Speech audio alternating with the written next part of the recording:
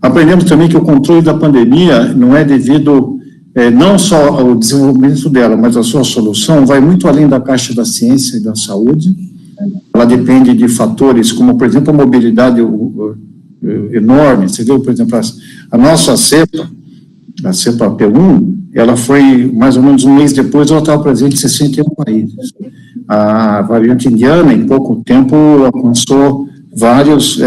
A última vez que eu vi era quase 70 países que estão circulando, mas isso aumenta todos os dias como consequência natural de uma doença que não dá. Pode ser sintomática dias antes de ter, transmissível, dias antes dela ser sintomática.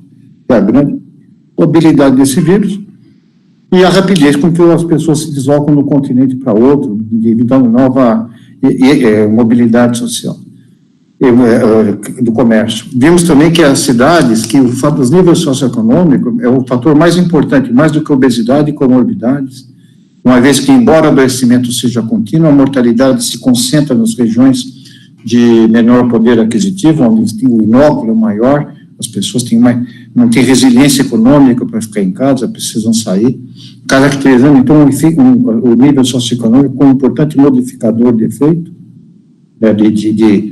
da gravidade da doença, a diferença entre a doença leve e grave, e entre a grave e a morte, ela depende muito de outros fatores que não estão, que dependem de uma estrutura urbana, da morfologia urbana.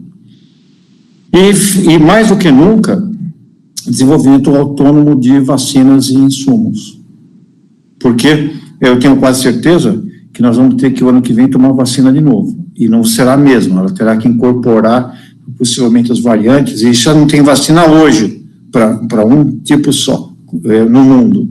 Então, se não tivermos produção, nós vamos ficar dependendo de fora e vamos ficar sempre no último lugar da fila, tanto por fatores externos quanto por fatores internos, digamos, da política local.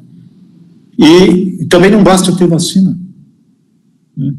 Porque nós temos, por exemplo, hoje, a cobertura de sarampo em São Paulo está chegando a 50%. Né? No mundo, você tem uma incapacidade dos países vacinarem as suas populações, porque vacina é uma commodity, não é um common. Né? Então, nem sempre você pode comprar, ou você não tem estrutura vacinal de saúde para vacinar. E, finalmente, fatores culturais importam.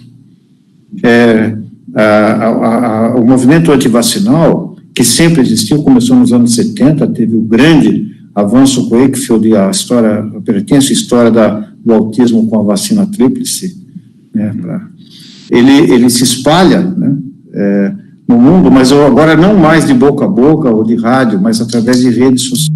Existe uma infodemia, um sistema que precisa ser estudado. No fundo, a gente precisa entender a epistemologia da ignorância que ocorre em vários segmentos da sociedade, inclusive na classe médica, nos profissionais de saúde, e entender um pouco melhor essa nova doença que percorre as redes sociais. Epidemiologia da informação, né? Então, eu diria da ignorância. Nesse caso, né? Também. Eu diria da ignorância, porque tem várias motivações para a ignorância. Tem xenofobia, tem problemas geopolíticos, tem preconceitos, enfim, como aconteceu no passado, no tempo da peste bubônica, aonde o Tucídides, ao descrever a guerra do Peloponeso, ao descrever a morte do Péricles, atribui aos persas a contaminação das águas apenas. Hoje nós temos vários também pretensos jogos de guerra, de comércio, que criam lendas que hoje tem um espalhamento muito mais rápido do que no tempo do Tucídides. Perfeito. Marisa, olhando nesse contexto mais de médio e longo prazo, né, que o professor Saldiva colocou, a gente, mesmo que a gente controle a pandemia, esse momento mais grave dela aqui nos próximos meses, até o final desse ano, tudo indica que a Covid é um problema que chegou para ficar e a gente vai precisar de vacinas sazonais, né? Enfim, é um problema com o qual a gente vai ter que lidar por algum tempo ainda.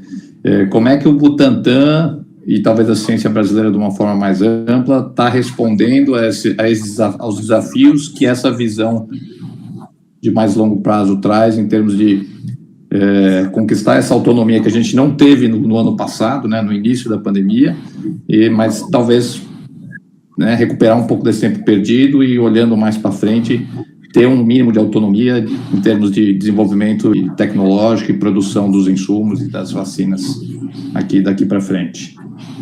Bom, no Brasil são vários projetos, né, universidades e instituições, são vários projetos para desenvolvimento de novas vacinas, porque, claramente, como já disse o professor Saldiva, é um problema que nós vamos enfrentar para frente, não vai acabar aqui de uma vez por todas. O Butantan fez, todo mundo sabe isso, mas fez dois investimentos grandes, né,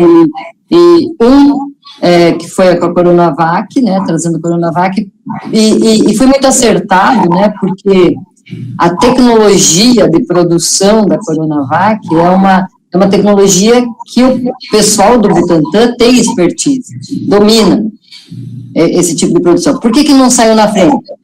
Pelo motivo que eu falei antes, a gente não tinha, para aquela tecnologia, infraestrutura para escalonamento da forma que precisa ser feita, né? Mas foi acertada e, assim, esta tecnologia a gente consegue desenvolver muito facilmente no Butantan, tendo infraestrutura para escalar da forma que é necessário.